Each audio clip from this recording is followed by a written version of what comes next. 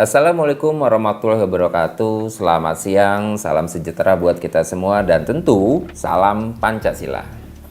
Pada materi sebelumnya kita sudah mendiskusikan satu topik yang cukup menarik, yaitu hubungan antara Pancasila dengan pembukaan Undang-Undang Dasar 45. Yang intinya ya, pada pernyataan awal saya memberikan gambaran intinya bahwa Pancasila itu adalah pembadanan daripada pembukaan Undang-Undang Dasar 45. Dia berada pada alam nilai yang kemudian dikonstruksikan di dalam pembukaan Undang-Undang Dasar 45. Dalam pembukaan Undang-Undang Dasar 45 itu adalah pernyataan kehendak, ada cita-cita, ada nilai moral di dalamnya pembukaan Undang-Undang Dasar 45. Bahkan kita menyatakan pada pertemuan yang lalu bahwa pembukaan Undang-Undang Dasar 45 bisa diberikan status dia merupakan sesuatu yang bersifat sakral. Sakral artinya dia mempunyai nilai kebenaran dan juga menjadi panutan bagi kita semua dalam berperilaku dan bersikap tindak. Nah sekarang apa yang kita bahas? Yang kita bahas makna ataupun nilai apa saja yang ada di dalam pembukaan Undang-Undang Dasar 45 yang berkaitan dengan cita-cita dan kehendak yang tertuang di dalam Pancasila.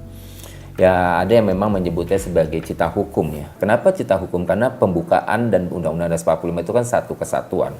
Di dalam Undang-Undang Dasar 45 dinyatakan pembukaan Undang-Undang Dasar 45 NRI itu terdiri atas pembukaan dan undang-undang. Artinya dia merupakan cita hukumnya, bisa dikatakan seperti itu ya. Ya berbeda dengan dengan Undang-Undang Dasar 45 yang lama, dia ada penjelasan ya dengan diubahnya 4 kali sudah tidak ada lagi penjelasan dari Undang-Undang Dasar 45.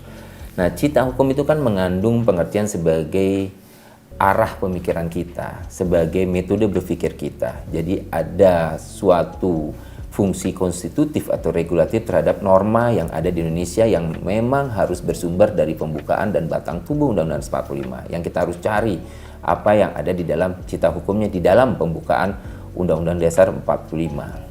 Nah, Prof. Kusnu ya menyatakan ya, Muhammad Kusnu ya menyatakan bahwa cita hukum itu sebagai nilai hukum yang tentu diramu dalam satu kesatuan nilai kategori nilai-nilai lain yang menurut cita budaya masyarakat yang bersangkutan yang ada di dalam pembukaan Undang-Undang Dasar 45 itu sendiri.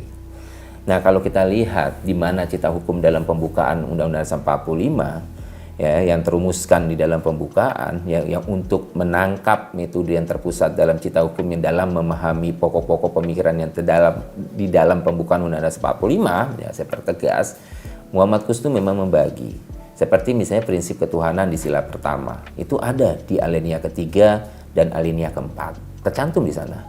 Yang kedua adalah prinsip kemanusiaan, humanisme bukan arah barat ini, humanisme ala Indonesia. Ya berbeda konsepnya ya, walaupun memang pada abad pencerahan itu lahir ya adanya humanisme, tapi yang dimaksud di sini adalah humanisme Pancasila. Itu ada di alinea ke-1, alinea kedua dan alinea keempat. Begitu pula prinsip persatuan kita, ya ketiga nih ya, sila ketiga, yaitu dalam alinea kedua, ketiga dan keempat. Begitu juga dengan prinsip kerakyatan ada di alinea kedua, ketiga dan keempat juga. Artinya ada terjabarkan dalam setiap alinea. Nah, prinsip keadilan itu ada di alinea 1, kedua, dan keempat. Ya, artinya lengkaplah ya. Pembukaan Undang-Undang Dasar 45 itu memang merupakan terbadankan ya, terberi dari Pancasila itu sendiri. Jadi merumuskan makna yang terkandung dalam pembukaan Undang-Undang Dasar 45 di dalam bukunya Pak Nutogoro yaitu Pancasila Dasar Filsafat Negara. Ya secara jelas digambarkan pula bahwa ada nilai-nilai Pancasila di dalam pembukaan Undang-Undang Dasar 45. Nah kalau kita lihat pokok pikiran yang ada di dalam Undang-Undang Dasar 1945 khususnya di dalam pembukaan ya, di dalam pembukaan ada 4 pokok pikiran. 4 pokok pikirannya pun mempunyai relevansi konkret dengan apa? Dengan Pancasila. Coba kita lihat. Negara persatuan, sila ketiga. Ada pada pokok pikiran pertama. Ada dalam pokok pikiran pertama di dalam pembukaan Undang-Undang Dasar 45. Ya, yang kedua adalah negara berkeadilan sosial. Ada pada sila kelima. Yaitu pada pokok pikiran yang kedua. Pokok pikiran yang ketiga pun negara berkedaulatan rakyat sila keempat. Yang terakhir pokok pikiran yang keempat negara berketuhanan yang Maha Esa ada pada sila ke-1 dan sila kedua. Itu pokok pikiran yang ada di dalam pembukaan Undang-Undang Dasar 45. Coba kita lihat rumusannya. pada pokok pikiran pertama negara kesatuan yaitu sila ketiga. Dalam pembukaan dinyatakan memiliki pokok paham negara kesatuan yaitu negara yang mampu melindungi negara bangsa Indonesia. Bahkan dinyatakan negara Indonesia adalah negara yang melindungi dan meliputi segenap bangsa Indonesia dan seluruh tumpah darah Indonesia serta mencakup segala paham, golongan, dan paham perseorangan. Itu pokok pikiran pertama yang merupakan negara kesatuan yang ada pada sila ketiga. Begitu pula pokok pikiran kedua yaitu negara berkeadilan sosial. Dalam pembukaan Undang-Undang Dasar 1945 memiliki pokok pikiran bahwa negara memiliki keinginan untuk mewujudkan negara yang merdeka, bersatu, berdaulat, dan adil makmur. Negara yang hendak mewujudkan keadilan sosial bagi seluruh warganya.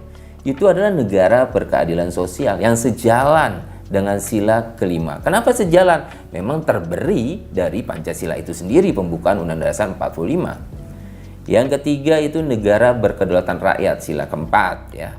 Dinyatakan dalam pembukaan Undang-Undang Dasar 1945 memiliki pokok pikiran ialah sistem kenegaraan yang terbentuk dalam Undang-Undang Dasar harus dilandasi pada kedaulatan rakyat serta berlandasan pada permusyawaratan perwakilan di mana pokok pikiran ini memiliki kesesuaian dan sifat masyarakat Indonesia. Negara Indonesia menganut paham kedaulatan rakyat, negara dibentuk diselenggarakan berdasarkan kedaulatan rakyat yang juga disebut dengan sistem demokrasi. Sedangkan pokok pikiran keempat, negara ketuhanan yang Maha Esa ada pada sila pertama dan sila kedua.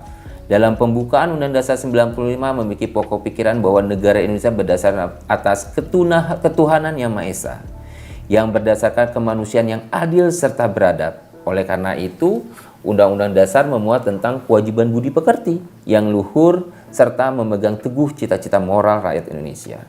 Negara Indonesia adalah negara yang berketuhanan, yang Maha Esa menurut dasar kemanusiaan, yang adil dan beradab. Dan yang terakhir, kita bisa lihat pula pokok pikiran yang ada pada alinea 4 itu sendiri. Ya, pada alinea keempat termaktub juga nilai-nilai Pancasila. Dia menggambarkan apa yang menjadi tujuan negara kita. Dia menggambarkan apa yang menjadi hukum konstitusional kita. Dia menggambarkan apa yang menjadi bentuk negara kita. Dan yang terakhir, dia menggambarkan dasar filsafat bangsa Indonesia. Mari kita lihat makna alinea keempat, khusus alinea keempat. Ada tujuan negara di situ. Dinyatakan, kemudian daripada itu untuk membentuk satu pemerintahan negara Indonesia yang melindungi segenap bangsa Indonesia, saya baca, dan seluruh tumpah darah Indonesia, dan untuk memajukan kesejahteraan umum, mencerdaskan kehidupan bangsa, dan ikut melaksanakan ketertiban dunia yang berdasarkan kemerdekaan, perdamaian abadi, dan keadilan sosial. Jadi ada pernyataan kehendak sebagai tujuan negara pada alinea keempat. Tentu maknanya adalah makna yang mengalir dari nilai-nilai Pancasila. Begitu pula sumber hukumnya, konstitusional dinyatakan pada alinea keempat. Maka disusunlah kemerdekaan bangsa Indonesia itu dalam satu Undang-Undang Dasar Negara Indonesia. Jadi kita mendeklar bahwa negara kita adalah negara yang berpaham, yang bersumber kepada konstitusi itu sendiri, atau secara teori disebut dengan konstitusionalisme. Ya, kalau di sini saya menyebutnya dengan sumber hukum konstitusionalnya ada. Ya, pada alinea keempat pun dinyatakan apa yang menjadi bentuk negara kita. Maka disusunlah suatu negara Republik Indonesia yang berkedaulatan rakyat. Disusunlah ya, susunan negara Republik Indonesia yang berkedaulatan rakyat. Jelas dinyatakan di situ sebagai bentuk negara kita. Dan pada alinea keempat yang terakhir dicantumkan dasar falsafah bangsa Indonesia, atau memang agak berbeda ya diksi daripada falsafah dengan filsafat ya. Ya, kita gunakan filsafat negara dengan berdasarkan kepada ketuhanan yang Maha Esa, kemanusiaan yang adil dan beradab, persatuan Indonesia dan kerakyatan yang dipimpin oleh hikmat kebijaksanaan dalam permusyawaratan perwakilan, serta dengan mewujudkan satu keadilan sosial bagi seluruh rakyat Indonesia. Lengkaplah isi daripada alinea keempat. Secara utuh seluruh alineanya mengandung nilai-nilai Pancasila, baik sila pertama, sila kedua, sila ketiga, sila keempat, sila kelima, dan secara khusus pada alinea keempat pun ada semacam manifesto kita, ada kehendak kita. Apa? Tujuan negara, sumber hukum konstitusionalis, bentuk negara, dan yang terakhir, dasar filsafat bangsa Indonesia. Itu saja dari saya ya sebagai materi bagaimana menggambarkan hubungan antara Pancasila dengan Undang-Undang Pembukaan Undang-Undang Dasar 1945. Akhir kata saya ucapkan terima kasih. Wabillahi taufik wal hidayah. Wassalamualaikum warahmatullahi wabarakatuh. Salam Pancasila.